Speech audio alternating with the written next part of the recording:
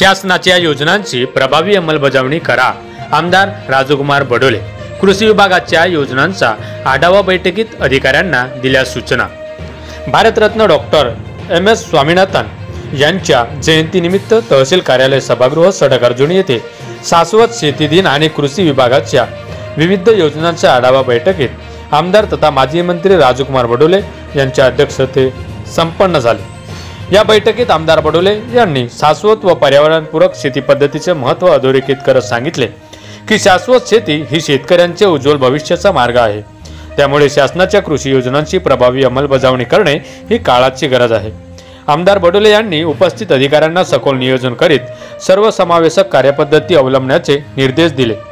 शेतकऱ्यांना योग्य वेळी आणि आवश्यकतेनुसार खताचा पुरवठा करण्यात यंत्रणांनी संवेदनशीलतेने कार्य करावे असेही त्यांनी स्पष्ट केले.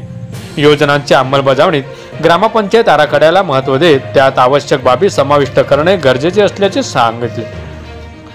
या कार्यक्रमात शाश्वत शेती, नवे कृषी तंत्रज्ञान आणि शेतकऱ्यांसाठी लाभदायक योजनांबाबत सविस्तर माहिती देण्यात आली. त्यानंतर तालुकास्तरीय योजनांची स्थिती, अंमलबजावणीतील अडचणी, लाभार्थ्यांची संख्या आदी मुद्द्यांवर सखोल चर्चा झाली.